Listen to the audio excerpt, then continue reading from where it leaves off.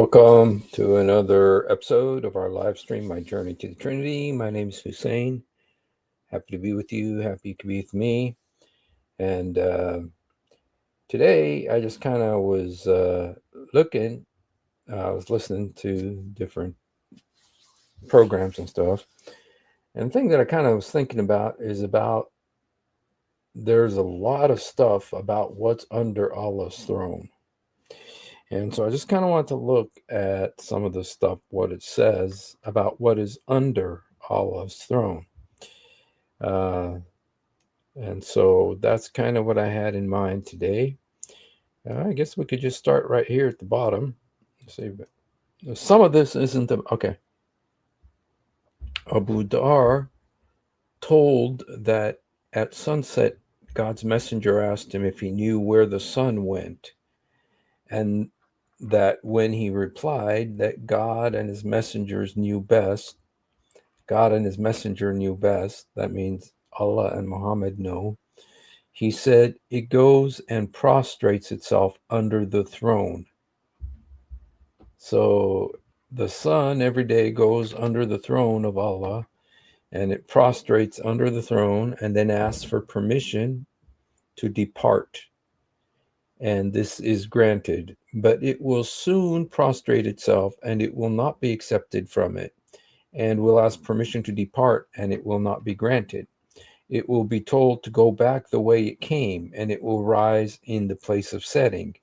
That is the meaning of the words, the sun runs to its determined limit under the throne. Okay, so this is Quran 36:38. So this isn't actually in the Quran, saying that the sun one day is going to ask for permission. It's not going to get it. Instead, it's going to go back to it.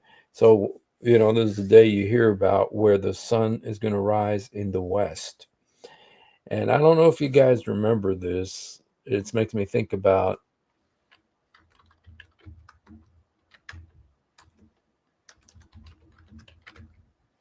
I don't know if you guys remember this.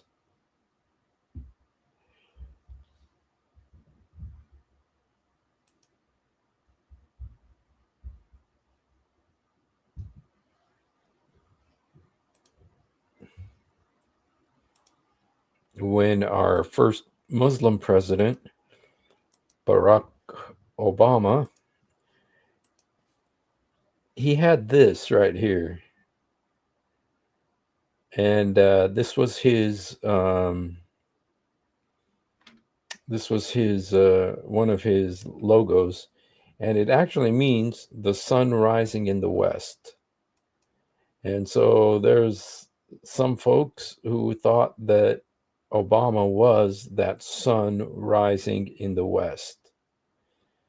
So okay. So hello, Andrew Martin. Hello, God bless you. Hello, Just Janice. Hello, Jedediah. Lord bless you guys. Thank you. Allah's throne with the water above us. We are never.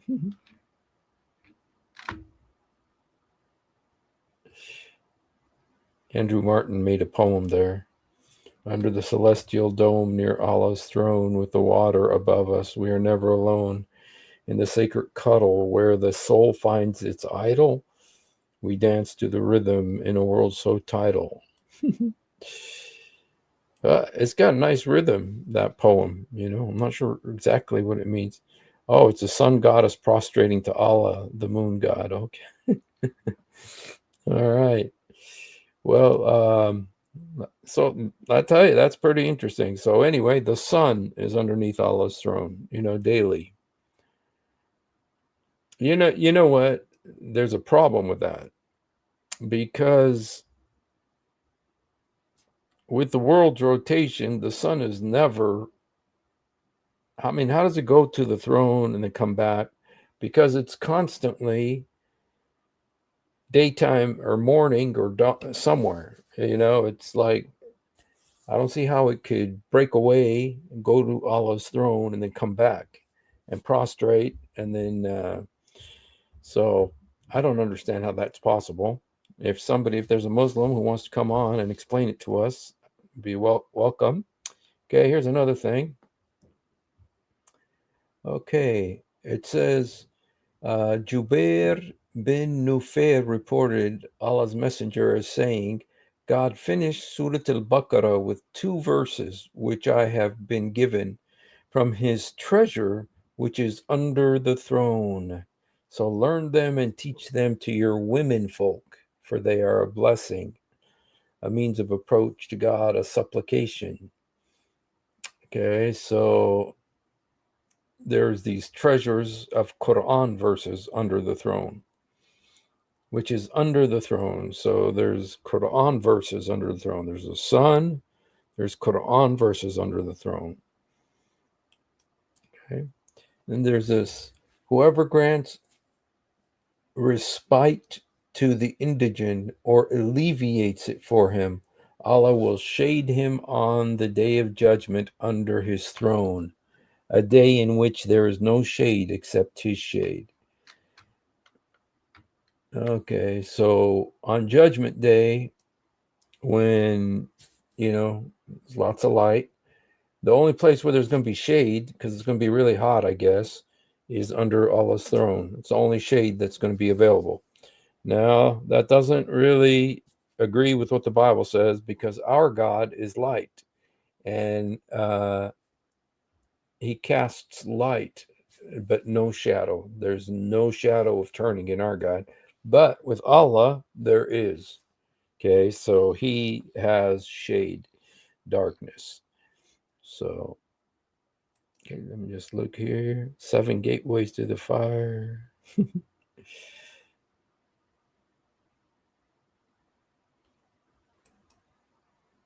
Was referring to. All right, thank you. This is apparently Andrew Martin. Shadow, yes. He does have shadows. He does bring darkness. So, but our God doesn't. He says there's no shadow of turning with him because he is light. Our God is light. Okay, Ibn Omar reported the Prophet saying, Paradise is decorated for Ramadan from the beginning of the year till the following year. And when it was the first day of Ramadan, okay, I don't know what to think about this here. When comes the first day of Ramadan? A wind under the throne. So there's a wind under the throne. Blows some of the leaves of paradise on the maidens with bright, large eyes. And they say, My Lord, appoint us husbands from among your servants, with whom we shall be happy, and who will be happy with us. Yo, boy, yeah. Okay, this is Quran 54:22. I'm curious.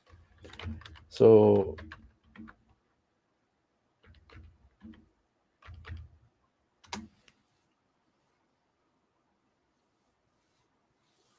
$422. I don't see that. Okay. Oh, wait a second. 10. Dude.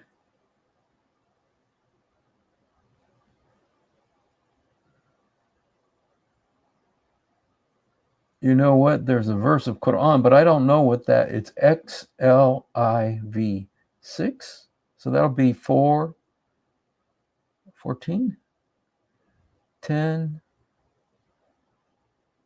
I don't know. Sorry, guys. I don't know. I don't know my Roman numerals enough to know where that verse is.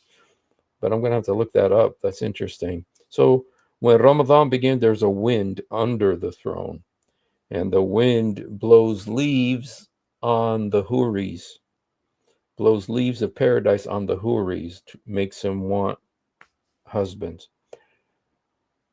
Okay. That's on the first day of Ramadan. So the Houris are awakened. These are all, you guys, Sahih Hadiths. Okay. It says Ibn Mas'ud tradition, when Allah's messenger was taken up to heaven, will be mentioned in chapter on Mi'raj. The prophet saying, 3 things will be under the throne on the day of resurrection.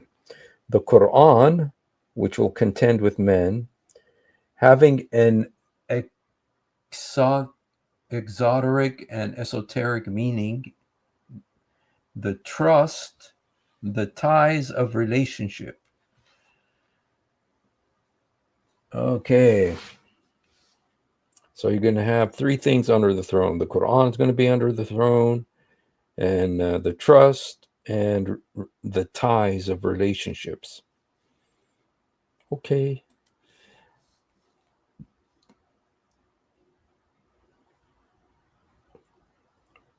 Okay, Andrew Martin here says, the wind under the throne is simply a wind in the sky. Okay. The sky is below the throne of Allah. Okay. All right, let's look at this one. Okay, we saw that one. Now there's a couple that aren't really on this list, but they were just interesting. The prophet said, the people will fall unconscious on the day of resurrection. Then suddenly I will see Moses holding one of the pillars of the throne. Abu Huraira said, I will be the first person to be resurrected and will see Moses holding the throne. So apparently Moses, kind of interesting now what فأكون أول من يبعث فإذا موسى أخذ بالعرش. Okay, so Moses will be holding the throne up. So Moses will be under the throne. Okay, so you got wind, you got Moses, you got the water. Okay, so then it says, a believer who strives with his property and person in jihad, and when he meets the enemy, fights till he is killed. Of him the prophet said that the martyr who has suffered trial is in God's tent under the throne and is not excelled by the prophets except in the degree of prophetic office. So this is for the shaheed who gets killed in battle, gets killed like what we've been seeing a lot in Europe recently. He will have a tent under the throne. He's going to have a tent underneath Allah's throne. Okay, so is it a tent?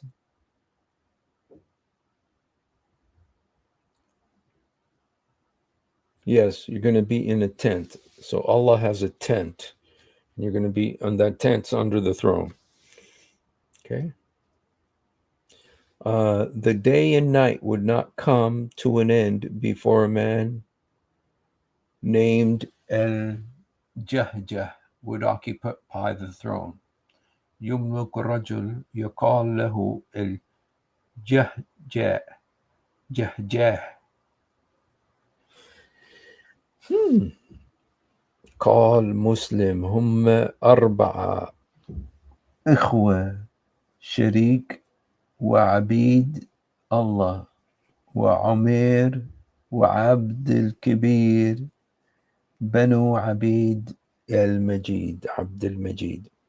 Okay, so there's 4 guys, and one of them is going to occupy the throne. I'm not sure what that means, okay, but that's not actually being under the throne. Abdullah bin Amir reported God's messenger saying, God recorded the fates of all creatures 50,000 years before creating the heavens and the earth, and his throne was upon the water. Okay, so Allah's throne was upon the water. Reported as saying, God recorded the fates. Okay, so Allah reported the fates of creatures 50,000 years before creating them. Even though Adam said his fate was written 40 years before he was created, but here it's 50,000 years. and his throne was upon the water. You know, his throne was upon the water when he did this, before he created the heavens, 50,000 years before creating the heavens and the earth. So there was water 50,000 years before he created the heavens and the earth.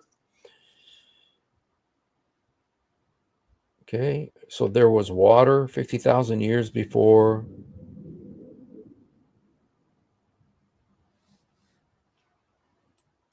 Above which is a protected ceiling, then the floor, Allah's footstool and throne. Okay. Okay. Abdullah reported, the Prophet is saying, I have been permitted.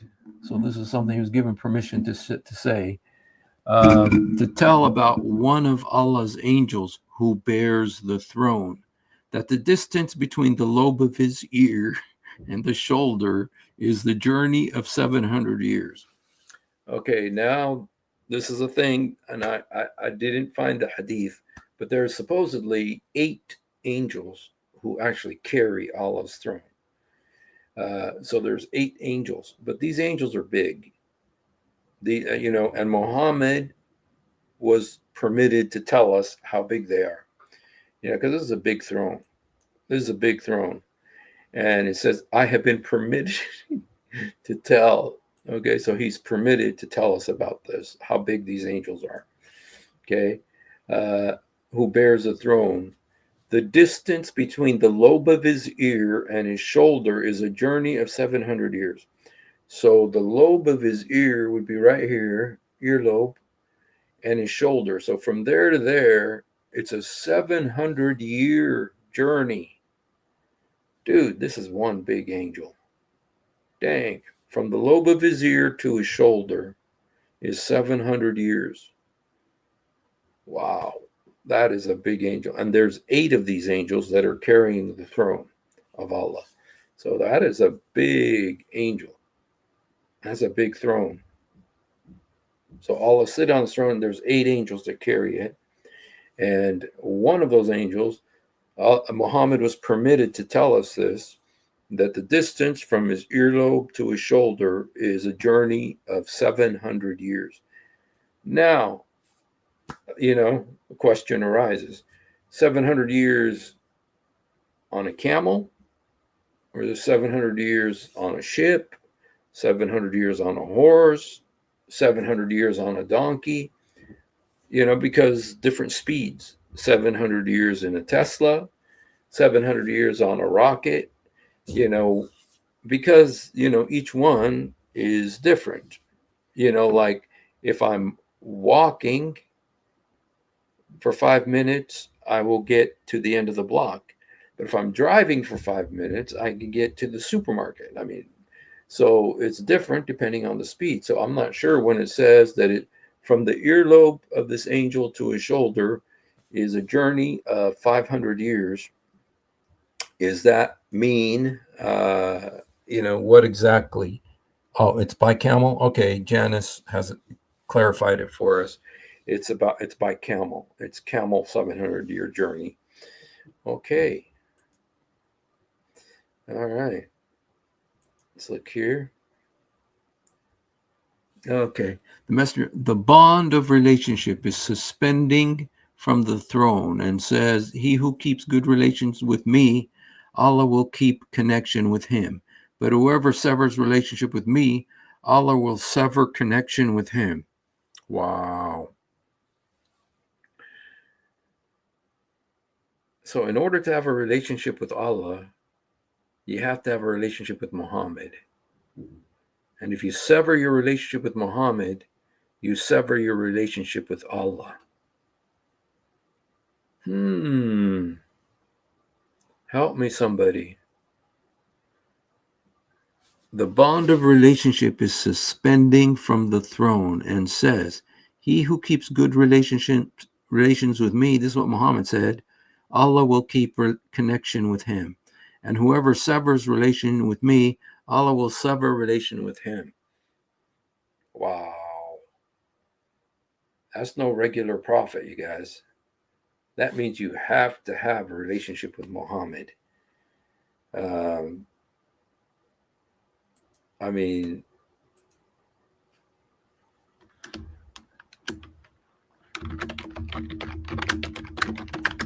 so you cannot have a relationship with Allah without Muhammad.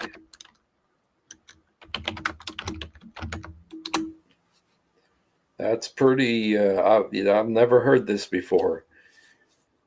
Wow. So you have to have a relationship with Muhammad if you want to have a relationship with Allah. You cannot have a relationship with Allah if you don't have a relationship. Muhammad did not consider himself a Messiah. Like he's not, but he took on a lot of the roles of the Messiah. Like Jesus said, I am the way, the truth, and the life. No one comes to the Father but by me. And Jesus was very clear. There's no way to God except through Jesus. And anyone who's born again has experienced that. And it's true because you have a relationship with God because of Jesus Christ, because of the Holy Spirit. But Muhammad is saying he's the way to his God, Allah. So, and if you don't have a relationship with Muhammad, you can't have a relationship with Allah. يابا الحقني يا شيخ. Wow. Wow. That is pretty wild, man. Okay, Truth Defender says rent to Burak. They're much faster. Truth Defender,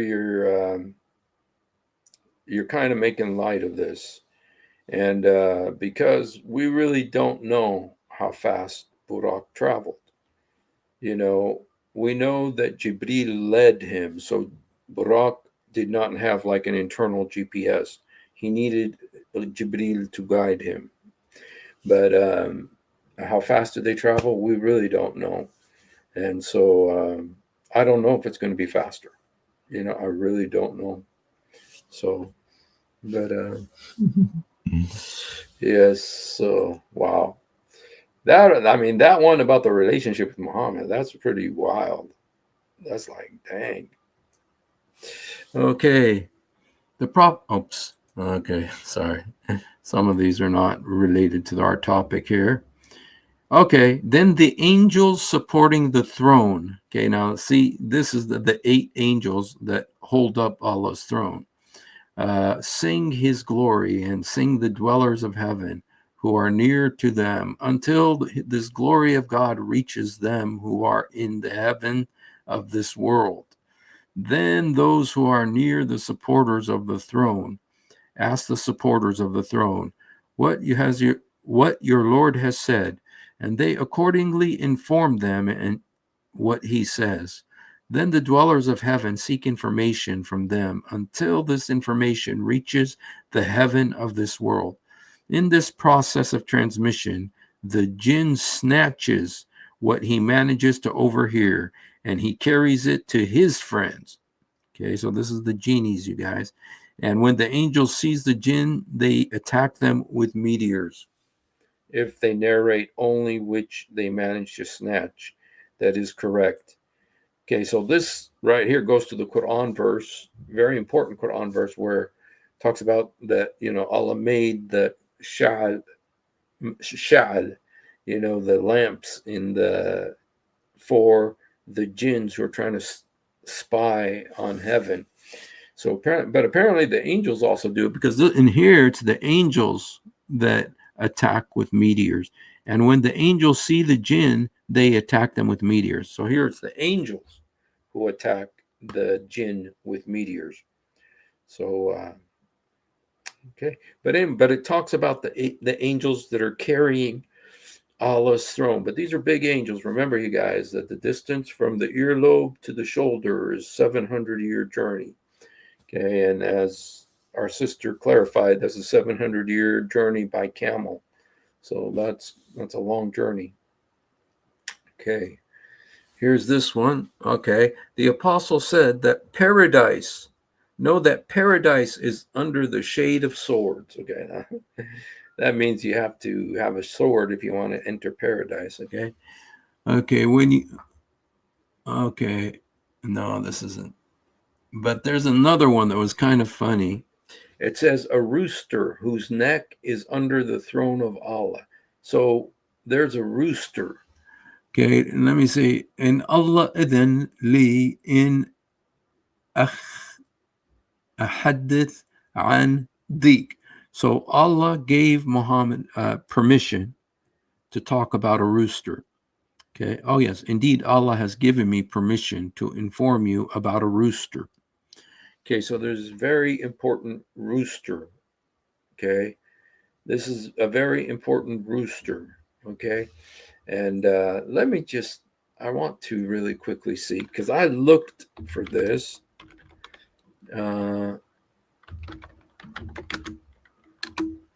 Okay.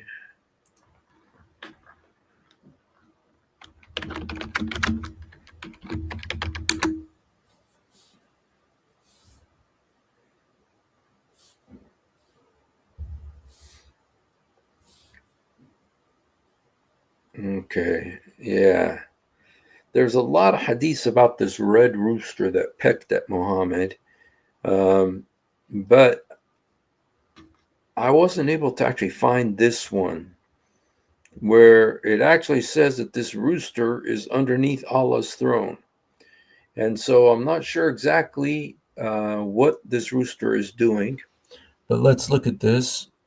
It says, Allah gave me permission to inform you about a rooster. So Allah gave people permission. He gave Muhammad permission to tell the world about a rooster whose legs have penetrated the earth and whose neck is bent under the throne. And he says, "Glory be to you, how great you are, O Lord." So he answers him by saying, "The one who takes a false oath in my name does not know that." Okay, this is Sheikh Albani.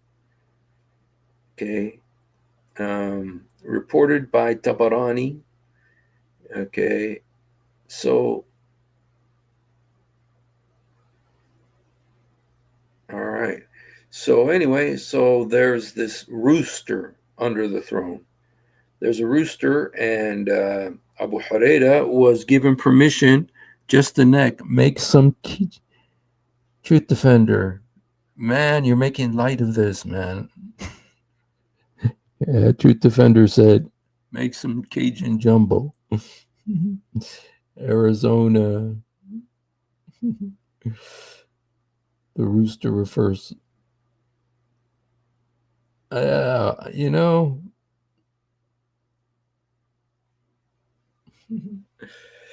Yeah, so anyway.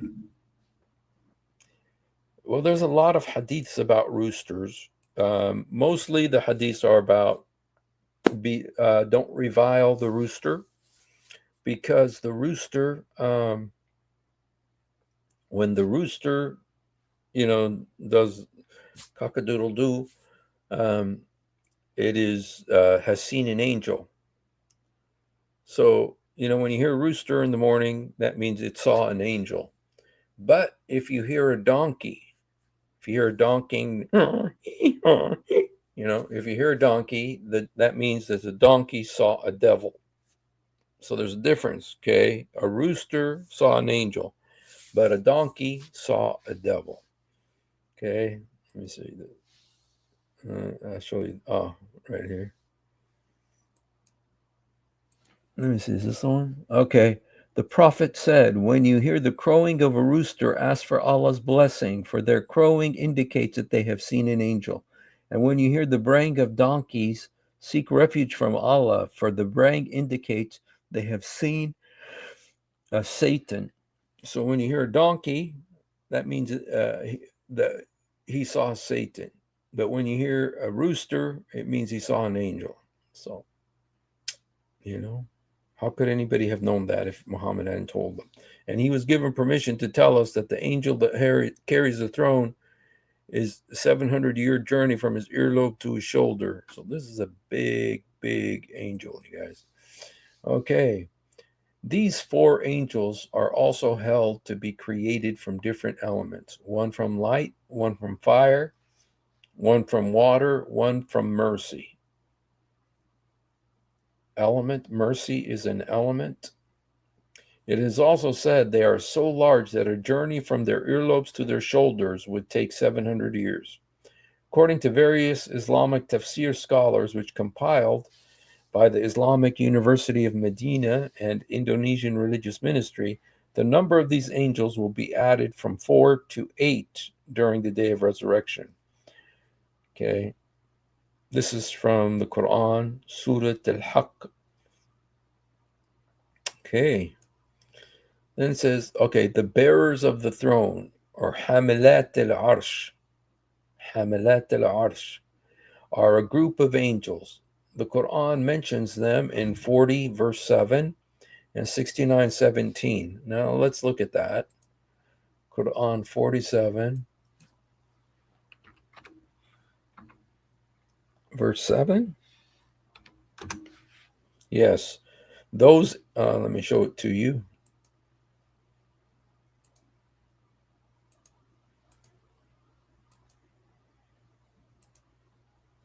Surah Al-Ghafir, it says, those angels who carry the throne and those around it glorify the praises of their Lord, have faith in him, and seek forgiveness for the believers, praying, O Lord, you encompass everything in your mercy and knowledge. So forgive those who repent and follow your way, and protect them from the torment of hellfire. Okay, so those are the angels that carry.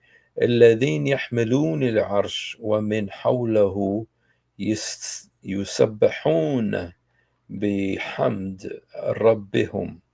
Okay, so let me just look at this again. I wanted to see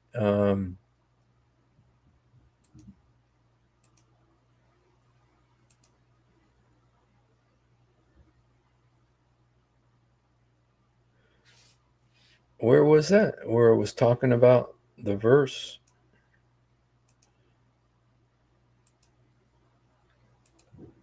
Oh no, did I accidentally close it? Shoot. Okay, I think I closed it. But anyway, there's that verse. It talks about those angels with the long shoulders. Shh. Alice in yeah. Truth Defender. Why do you know Alice in Chains? You know what? I wouldn't be surprised if there's some kind of connection to with a gratitude and cheer, the rooster's call reminds us that a brand new day is near. In the harmony of nature, let us find our place in song, and thank the rooster daily for helping us stay. Are you making up these poems, Andrew Martin, just as we're here, or do you actually know these? That's funny. Oh, you're old, right? Don't tell me about old. I think I'm about 20 years older than you, or at least 15. I'm using AI. Really? That's pretty nice. Embrace the sound of morning with gratitude and cheer. The rooster's call reminds us that a brand new day is near. In the harmony of nature, let's find our place in song and thank the rooster daily for helping us stay strong. The way it helps us stay strong is by becoming our lunch. Yeah. Now, okay. So, I see. I remember. It was from here, actually. Okay, 47, 69:17. Let me look at 69:17.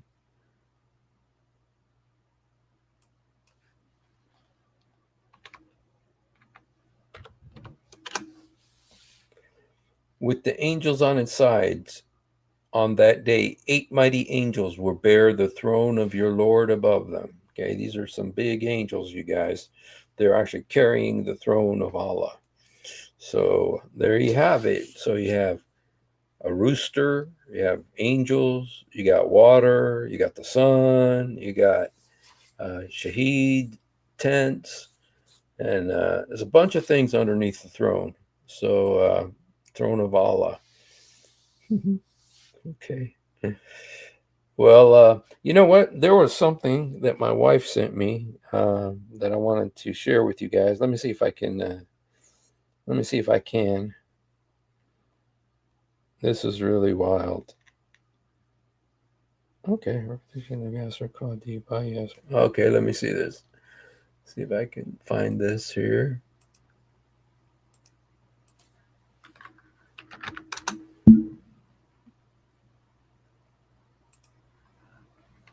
Refutation of Yasser Qadi by Yasser Qadi.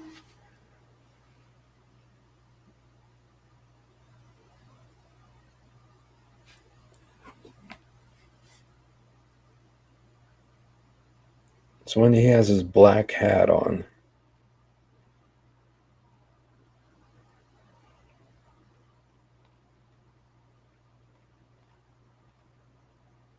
Okay. Okay.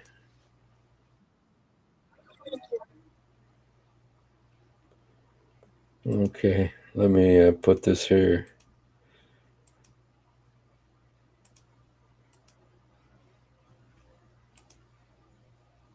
Say, how can we believe these ahadith when Google Earth has mapped the whole world? We can zoom in and see everything around us, and there is no massive land hidden from mankind. There is. Okay, now what he's talking about is Juj and Majuj, where they say that there's this wall with 100 billion people back there that have been living there waiting for Judgment Day so that they can break out. And according to the Quran, Alexander the Great built this great copper and iron wall. And these people, Juj and Majuj, they're living behind there and they're desperately trying to get out. And on Judgment Day or something, they're going to get out. And so, this is what Yasser Qadi is saying. With Google Earth, we can see everything around the world. How come nobody has found this great copper and iron wall? And with all these billions of people, I mean, there's more of these people than there are people on Earth. There's more of these people than there are people on Earth. Okay, so he's explaining it here. So if somebody were to say, how can we believe these ahadith when Google Earth has mapped the whole world? We can zoom in and see everything around us, and there is no massive land hidden from mankind. The response is, Wallahu ala kulli shay'in qadir. Allahu a'lam. If we believe in the ahadith, this is what the ahadith What he's saying is Allah can do anything. Okay. tell us. This is what the ahadith tell us. And there's a simple rule that Ibn Taymiyyah mentions. Memorize this rule. The Quran and Sunnah does not bring the impossible, but it does bring that which astounds the mind. Is it impossible that somewhere underground Allah has thousands of people living? It's not impossible. Thousands. It's hundreds of millions of people. It's not impossible. It's not surprising that our medieval scholars believe this type of stuff. Now, obviously, dare I say, anybody who knows science and geography and modern civilization, you cannot believe that there is a tribe for 4,000 years trapped behind a wall. I mean, if you believe this, that's your position. I cannot believe it. I cannot believe it. I'm just being honest. Wow. I cannot believe. He doesn't believe the Quran. Wow. Wow. Yasser Qadi Kafir? Yeah. He doesn't believe the Quran. Wow. Because the Quran talks about this. Let's look for let me show it to you. Whenever Muhammad tried to, he stole so much from the Bible. And when he didn't understand something,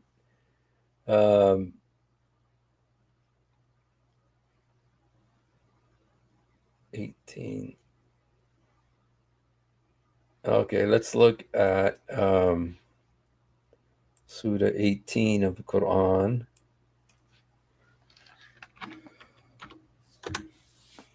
Okay. So Yasser Qadi doesn't believe in it. Woohoo!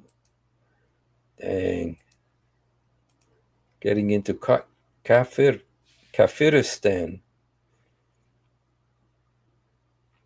Okay.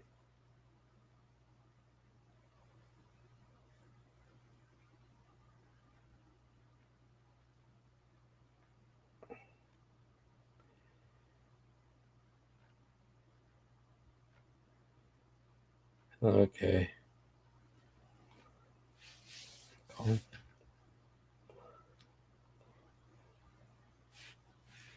Gardens of Eternity. Okay, where's the Gog and Magog? What was the verse?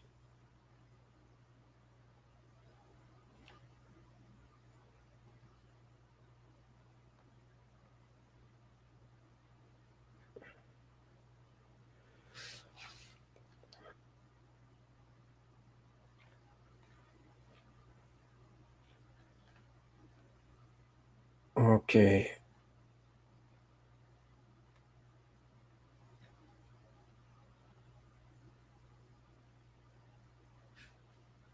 Control F. Gog.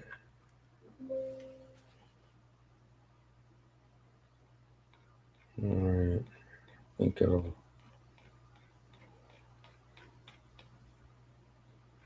Where is it? What was the verse? Oh.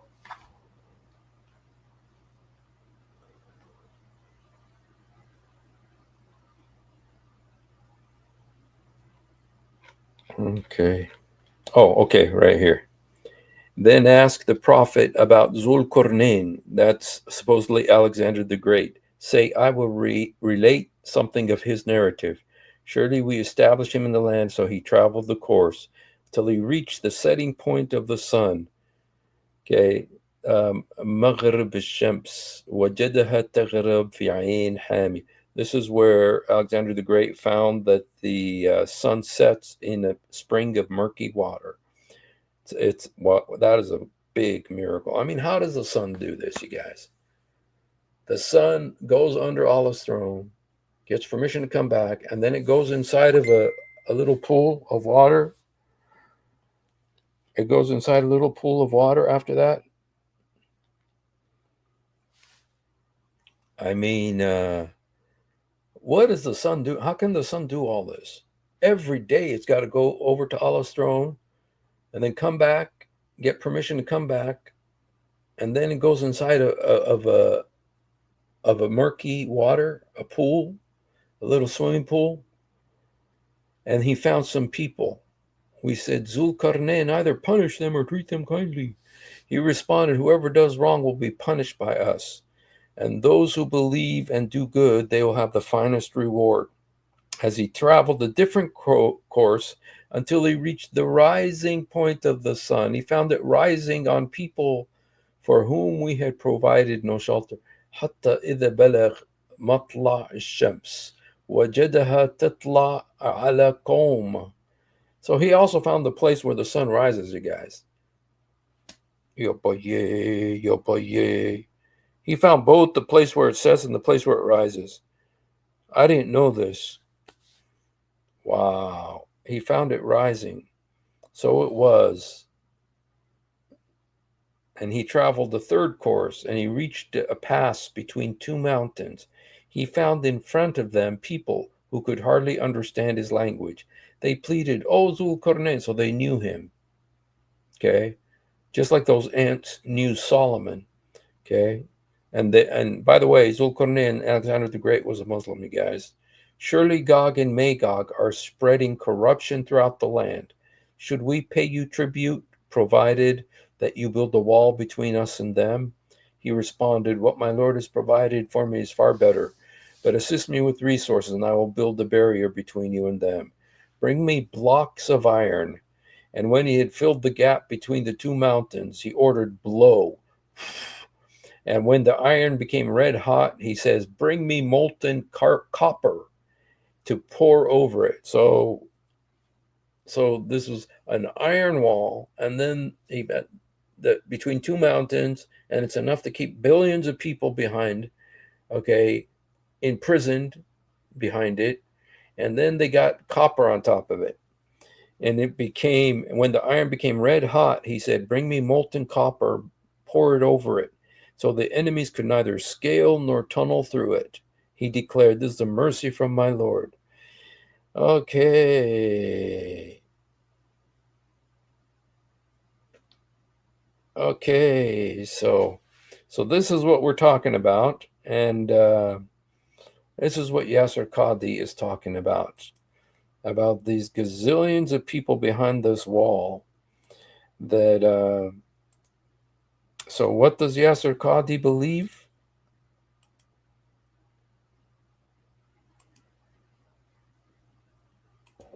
I mean, if you believe this, that's your position. I cannot believe it. And I cannot believe it. I'm Wow. just being, I find this very difficult to believe. Is it impossible that somewhere underground Allah has thousands of people living? It's not impossible. It's not impossible. They're in some place separated from mankind. Yeah, boy, yay.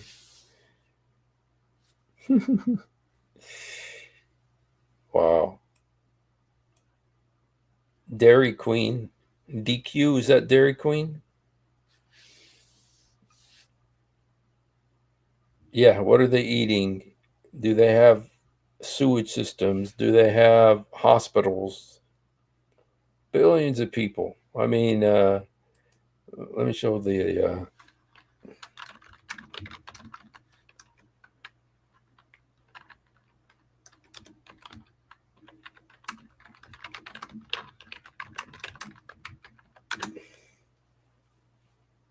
Yajuj and Majuj are the tribes mentioned in Islam that were imprisoned behind an iron wall. The 8 horrible facts about them are names of tribes, vicious and wild, inhumane by nature. These tribes caused destruction and great misery. Dhul Qarnayn came and built the wall. Give me blocks of iron. Yajuj were imprisoned behind the wall. Still exists today. Okay, you guys, this wall exists today, so please be careful what you say. Okay. This is how Yajuj and Majuj got imprisoned behind the wall. The wall still exists today, and many different sources claim the possible location of the Yajuj Majuj wall. Okay, so there's gazillions of these people, you guys. They're behind this wall. Many hadiths claim that Yajuj and Majuj will emerge with full power and cause immense threats. The world will face brutal time as Gog and Magog will kill a lot of people for no reason. They will dig every day until they can almost see the sun's rays. The one in charge says, go back and we will dig it tomorrow. This is Sunan ibn Majah. More potent than it was before. Okay. Oh man, they have to bring Isa into this. It says Yajuj and Majuj will break the wall and come out during the period of Isa. Muhammad said Allah made an opening in the wall of Juj and Yajuj. Immense threat. Okay. After breaking the wall, they will come swarming down. And this is from Surah Al-Anbiya. It says, and Gog and Magog have broken loose from the barrier, swarming down from every hill. Yo, boy, yeah. The earth will be filled with their stench. Gog and Magog will travel until they reach the mountain of Jerusalem. They will say, we have killed whoever was on the earth. Come, let us kill whoever is in the skies. And they will shoot their arrows into the heavens. And so Allah will return their arrows to them red with blood. Tirmidhi.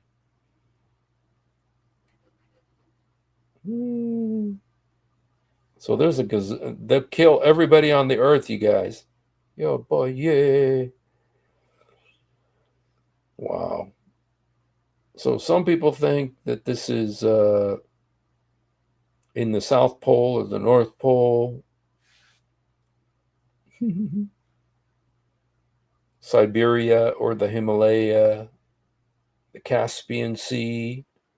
The Caspian Sea is in Iran. Bukhara and Tirmidhi.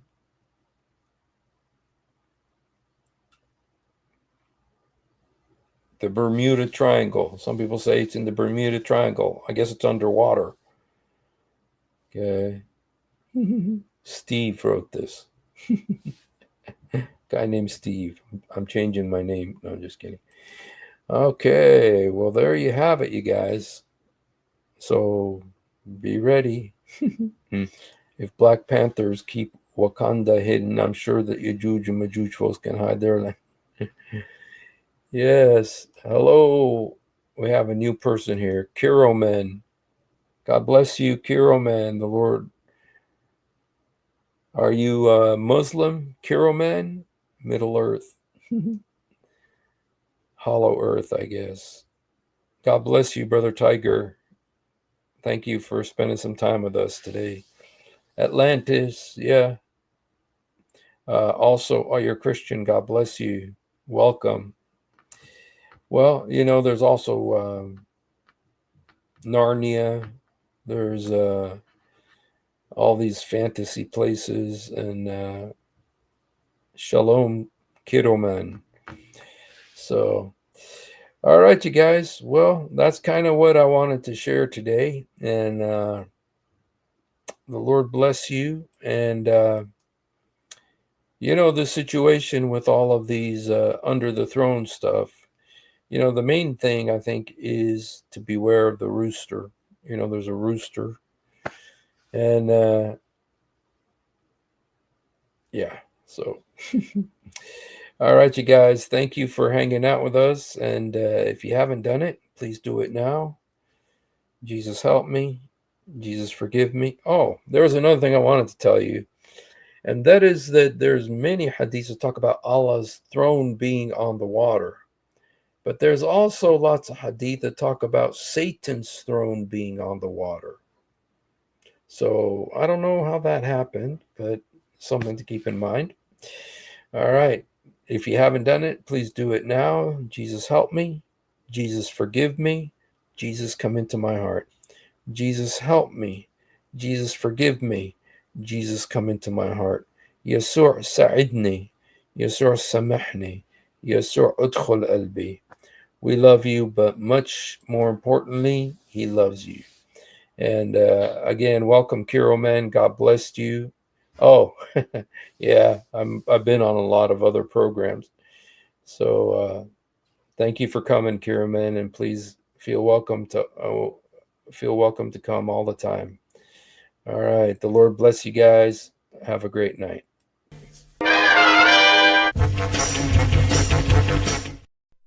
If you have ever wondered why dull apologists lie so much, it's because on a rare occasion that they tell the truth, this happens. One of the reasons I accepted Islam was the scientific miracles. I'll be honest with you. And now we know that this whole scientific miracles was absolute nonsense. You're going to have to repeat that.